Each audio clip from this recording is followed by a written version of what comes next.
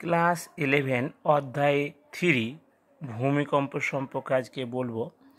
ধরো পৃথিবীর ভিতরে কোনো শক্তি যখন উৎপত্তি হয়, সেই শক্তি যখন জেগে ওঠে বা মুক্ত হয়, তখন পৃথিবীর এই ভূত্বকটাকে কিছু ক্ষণিকের জন্য কাঁপিয়ে তোলে বা ঝাঁকিয়ে তোলে, এভাবে ঝাঁকিয়ে তোলে।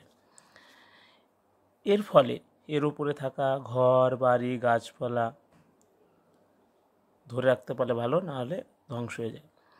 এটাকে বলছে ভূমিকম্প। তা কয়েক সেকেন্ড থেকে কয়েক মিনিট পর্যন্ত হয়ে থাকে। কাকে বলে দেখি। ভূগর্ভে নানা গোলযোগের কারণে ভূপৃষ্ঠে ক্ষণিকের জন্য আকস্মিক মানে হঠাৎভাবে যে কম্পন অনুভূত হয় তাকে ভূমিকম্প বলে। যেমন জাপান ভূমিকম্প ও সুনামির দেশ, হিন্দ দেশ হচ্ছে ব্রাজিল, ভারতের হিমালয় পার্বত্য অঞ্চলে বেশি হয়, উপদ্বীপীয় বা সিল মালভূমিতে কম হয়। প্রশান্ত মহাসাগরে আগ্নেয় মেঘালয় পৃথিবীর সর্বাধিক ভূমিকম্প প্রবণ অঞ্চল। বৈশিষ্ট্য: ভূমিকম্প সাধারণত কয়েক সেকেন্ড থেকে 2-1 মিনিট স্থায়ী হয়। এটা প্রাকৃতিক বিপর্যয়। বেশি ভূমিকম্প হয় মৃদু প্রকৃতি। স্বল্প দূর বিস্তৃত কম তীব্রতা বা মৃদু ভূমিকম্পকে টেমার বলা হয় বা টেমর বলা হয়। সাধারণত গুরুমণ্ডলের উপরিভাগে অ্যাস্ট্রোস্ফিয়ারে ভূমিকম্প ঘটে থাকে। উৎস অঞ্চলে ক্ষয়ক্ষতির কম, উপকেন্দ্রে বেশি। তাহলে সাধারণত এই গুরুমণ্ডলে অ্যাস্ট্রোস্ফিয়ার এখানে হয়। গভীর সৃষ্টি ভূমিকম্পকে বলা হয় পাতালিক ভূমিকম্প। পৃথিবীর নির্দিষ্ট কোনো ভূমিকম্পের নির্দিষ্ট কোনো সময় নেই, সময় অনুযায়ী হয় না। পৃথিবীতে মৃদু ও শক্তিশালী দুই প্রকারই মানে উভয় প্রকারই ভূমিকম্প দেখা যায়। ভূপৃষ্ঠে বছরে প্রায় 5 লক্ষ বার ভূমিকম্প হয়ে থাকে। বছরে 5 লক্ষ বার হয়ে থাকে। পৃথিবীর কোনো কোনো জায়গায় হয়ে থাকে। মাত্র 500টি প্রবল, 1 লক্ষটি অনুভবযোগ্য, আর বাকিগুলি মৃদু বা অনুভবযোগ্য নয়। আরও ব্যাখ্যা আছে, আজকে এইটুকুই বললাম। এবার ভূমিকম্পর দেশ বললাম জাপান, দ্বিতীয় ইটালি। ভূমিকম্পহীন দেশ ব্রাজিল। ভূমিকম্প তত্ত্ব সংরক্ষণে প্রথম শুরু করে চীনে 780 খ্রিস্টপূর্বে। ভূমিকম্প শহর ফিলাডেলফিয়া, ইউএসএ। ভূমিকম্প পূর্বাভাস যন্ত্র অল্টিমিটার। আর পৃথিবীর বিধ্বংস ভূমিকম্প চীনে ভূমিকম্প, যেটা 1556 সালে সব থেকে গভীর ভূমিকম্প হয়, তা হচ্ছে পাত সঞ্চালনের কারণে 750 কিমি 700 কিমি পর্যন্ত, মেন 750 কিমি গভীরতায়।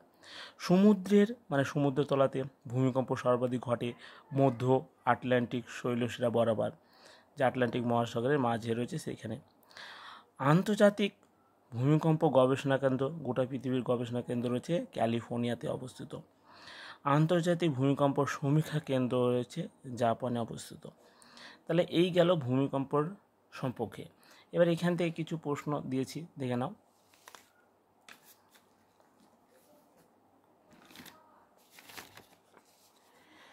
ভূপৃষ্ঠ হঠাৎ করে কেঁপে উঠলে তাকে কি বলা হয়? তা অগ্ন্যুদ্গম না ভূমিকম্প? তাহলে এটা ভূমিকম্প হবে।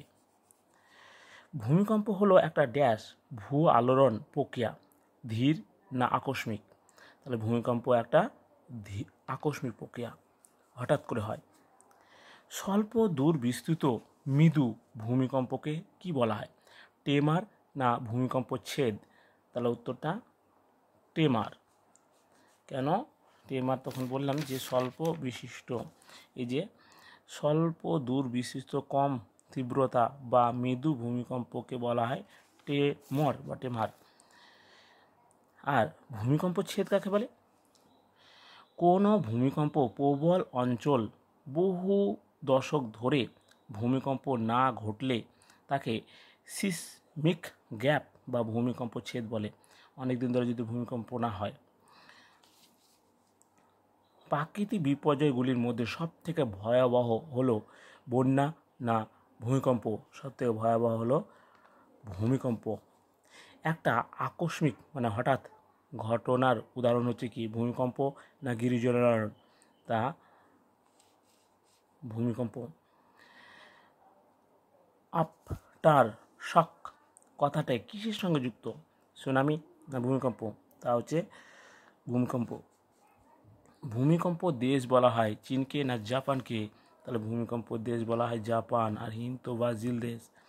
ভারতের সর্বাধিক ভূমিকম্প প্রবল অঞ্চল হলো তা উপদ্বীপীয় মালভূমিঞ্চল না হিমালয় পার্বত্য অঞ্চলে? হিমালয় পার্বত্য অঞ্চলে সব থেকে বেশি হয়। আর ভারতের সবথেকে কম ভূমিকম্প প্রবণ অঞ্চল তা হচ্ছে উপদ্বীপীয় মালভূমি অঞ্চলে। ভূপৃষ্ঠ থেকে অনেক গভীরে সৃষ্টি ভূমিকম্পকে কি বলা হয়? সুনামি না পাতালিক ভূমিকম্প? তাহলে পাতালিক ভূমিকম্প। এটা ওখানে বলেছিলাম যে গভীর সৃষ্টি ভূমিকম্পকে বলা হয় পাতালিক ভূমিকম্প, খুব গভীরে গেলে। পৃথিবীর অধিকাংশ ভূমিকম্প বলয়টি কোন মহাসাগরকে ঘিরে অবস্থান করেছে? সুনামি না প্রশান্ত? প্রশান্তকে। জাপান অত্যন্ত ভূমিকম্প প্রবল কেন? নাজকা পাত ও উত্তর আমেরিকা পাতের সংযোগস্থলে অবস্থানের জন্য? বি প্রশান্ত মহাসাগরে পাত ও এশিয়া পাতের সংঘর্ষস্থলে অবস্থান করার অত্যন্ত ভূমিকম্প প্রবণ? এটাই প্রশান্ত ও এশিয়া পাতের সংযোগস্থলে অবস্থান করার অত্যন্ত গুরুত্বপূর্ণ প্রবণ। পৃথিবীর সর্বনিম্ন সবথেকে কম ভূমিকম্প প্রবণ দেশ তা হচ্ছে ব্রাজিল। কম ভূমিকম্প হয় ভারতের হিমালয় পার্বত্য অঞ্চলে না ভারতের সিল্ট অঞ্চলে? তাহলে ভারতের সিল্ট অঞ্চলে। এবার সুনামি সম্পর্কে একটু জেনে নিই।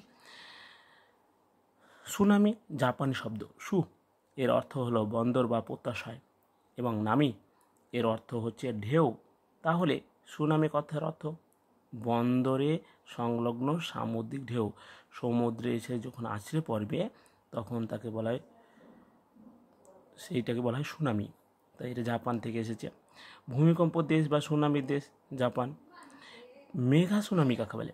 সাধারণত সুনামি অপেক্ষা বৃহৎ আয়তন সুনামি যার ঢেউয়ের উচ্চতা 50 মিটারের বেশি হয় তাকে মেঘা সুনামি বলে।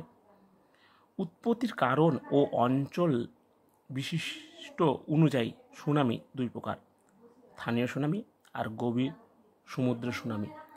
এই গেল আজকে ভূমিকম্পের কিছুটা অংশ। পরের দিন আবার বিস্তারিত ব্যাখ্যা করব। তা সুনামি কাকে ভূমিকম্প কাকে বলে বললাম যে পৃথিবীর ভিতরে কোনো শক্তি দীর্ঘদিন ধরে সঞ্চয় হতে হতে একসময় কী হচ্ছে মুক্ত হতে যাচ্ছে। মুক্ত হতে গিয়ে পৃথিবীকে কিছু ক্ষণিকের জন্য কী করছে ঝাঁকিয়ে তুলছে বা কাঁপিয়ে দিচ্ছে। এইভাবে ঝাঁকিয়ে তুলছে বা কাঁপিয়ে দিচ্ছে। তার উপরে যে ঘর বাড়ি গাছপালা আছে সেগুলো ধরে রাখতে না পেরে ভেঙে যাচ্ছে। তা ভূমিকম্পের যেখানে সৃষ্টি হচ্ছে সেটাকে কেন্দ্র, আর যেটা সরাসরি গিয়ে 90 ডিগ্রিতে আঘাত খাচ্ছে ভূপৃষ্ঠের ওপর সেটাই উপকেন্দ্র। আর চারিদিকে ঢেউয়ের আকারে চলে যাচ্ছে সেগুলোকে তরঙ্গ বলে, কেন্দ্র থেকে অথবা উপকেন্দ্র থেকে। বাস এই হলো আজকে ভূমিকম্প সম্পর্কে।